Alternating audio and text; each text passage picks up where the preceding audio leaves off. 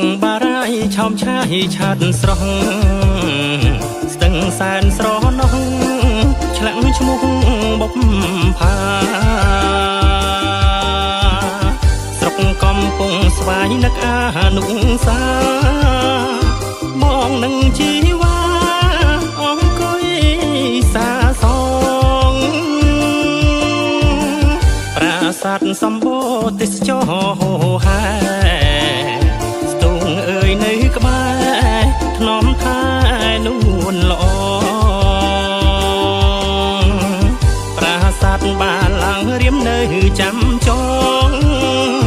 កាលនោះតងវងអូននៅក្មេងវ័យអស្រុកសនទុកទឹកមុខស្រស់ស្រាយបងស្កាត់ពីនាយមកជប់ស្រុកស្រីសូមពើមេត្តារៀមរាណាថ្លៃសនដានប្រណីផងណាបមិត្ត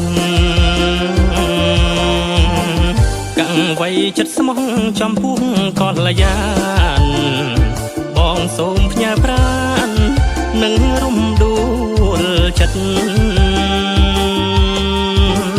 តាំងគុកសូមធ្វើសាក្សីជីវិត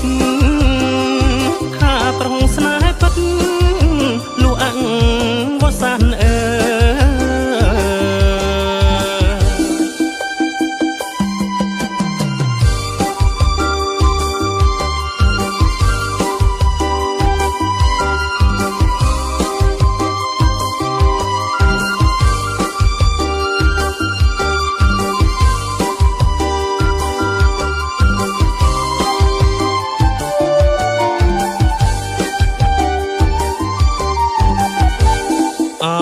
ស្រុក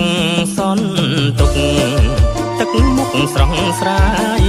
បងស្កាត់ពីនាយមកជប់ស្រុកស្រីសូមពើមេត្តារៀមរាណាថ្លៃ